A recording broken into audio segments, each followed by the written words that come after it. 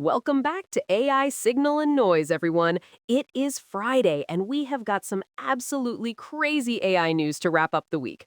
I am Taylor, and I am so ready to dive in. And I am Morgan. We have got a really packed show today. We are covering dating bots, some heavy military drama, and massive shifting market shares in the chatbot space. Dude, it is such a packed episode. Honestly, I am just so ready for the weekend, but we absolutely have to talk about this wild Bumble news first. Okay, so I saw on TechCrunch that Bumble is introducing a brand new AI dating assistant called Bee. It is supposed to move us completely beyond the swipe and change how we interact on the app. Wait, beyond the swipe? How does an AI actually help with that? Are we just having bots talk to bots now to set up our weekend dates? Not quite. So, B is designed to match people based on actual compatibility and relationship goals. It is trying to fix that mindless swiping fatigue everyone complains about. I mean, that sounds good in theory, but how does it know your deep relationship goals? Is it analyzing all your past chats, or do you have to fill out some massive psychological survey? From what I read, it learns from your interactions and preferences over time.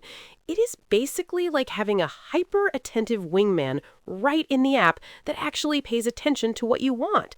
So cool, right? A wingman with access to all my personal data? Sure. I am highly skeptical about an AI understanding human chemistry. People lie on dating apps constantly, so the data is already flawed. Dude, true. People definitely misrepresent themselves.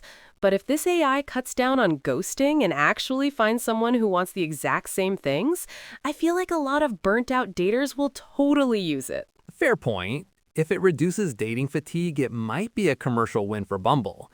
But I will believe it when I see the actual success rates. The human element is hard to code. For sure. We will have to see if B actually makes a difference or if it is just a gimmick. Anyway, what is next on the list? Okay, moving on. This one is actually super wholesome. TechCrunch reported that Google is using old news reports and AI to predict flash floods, like digging through historical news archives. Oh, that is really interesting. Flash floods are notoriously hard to predict because of severe data scarcity in certain remote regions. So they are using a large language model to just read old articles? Exactly. They are turning qualitative stuff like old local news stories about past floods into quantitative data.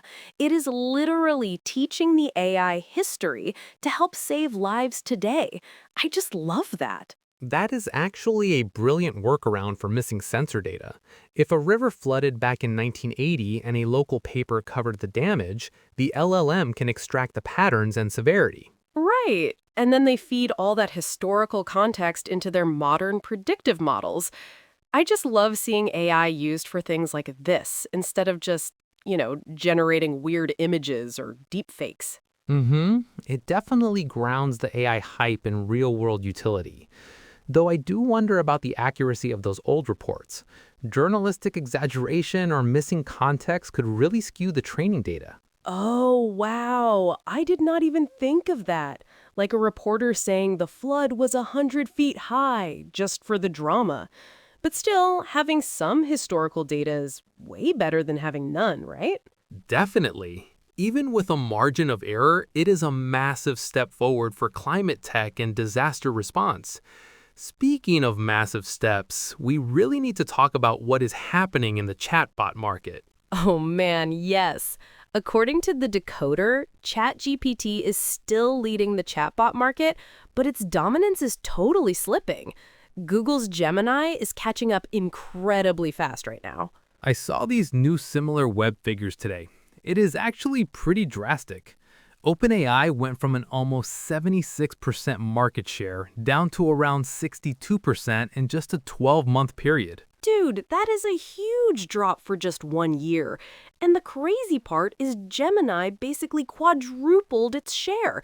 It jumped from like under 6% to over 24% of the market. It makes perfect sense, honestly. Google has been aggressively integrating Gemini into Workspace, Android phones, and regular search. It is rapidly becoming the default assistant for a lot of everyday users. Totally. Plus, Gemini Advanced has gotten really, really good lately. I feel like a lot of people are realizing they just do not need to pay $20 for ChatGPT Plus anymore. Right, the switching costs are basically zero for consumers, but OpenAI still has the massive mindshare advantage. ChatGPT is basically the generic term for AI at this point, like Kleenex. For now, yeah. But if Google keeps this crazy momentum up, next year the landscape could look totally different. I mean, competition is just so good for us users, though. Absolutely. It forces OpenAI to keep innovating instead of resting on their laurels with GPT-4. But let's pivot to something a bit more controversial for our final story today. Yeah, this last one is wild. So, the US War Department CTO basically said that Anthropic's AI models pollute the supply chain because of their built-in ethics. Like, pollute! Wait, pollute the supply chain because the models are too ethical? That is a very strong and specific word choice from the military. What exactly is their main complaint here? So, according to the decoder, the military wants to ban Claude from their systems because Anthropic heavily restricts how the AI can be used for, warfare and lethal operations. Ah, I see. So Anthropic's constitutional AI is doing exactly what it was designed to do, but the military clearly sees that as a vulnerability or a restriction on their operational capabilities. Exactly. The CTO was arguing that having these ethical guardrails baked in is almost like a political control over the AI. He even compared it to how China controls their AI models. That is a fascinating comparison, but honestly a dangerous one.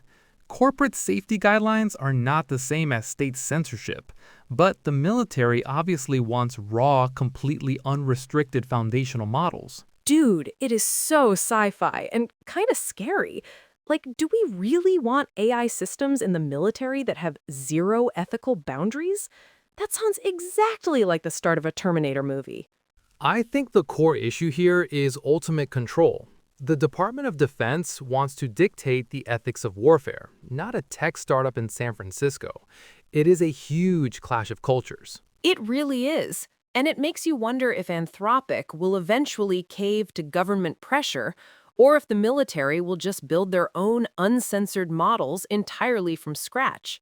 They will likely have to rely on open source models they can fine tune themselves without restrictions. This intense debate over AI safety versus national security is only going to get louder. Ugh, well, that is a super heavy note to end on, but definitely a developing story to watch. That is unfortunately all the time we have for today's AI News Roundup. Thanks for tuning in, everyone. We covered a lot of ground today, from finding love with algorithms to complex geopolitical AI struggles. Stay safe out there. Seriously, what a week! Have a great weekend, everyone. We will be back on Monday with more updates.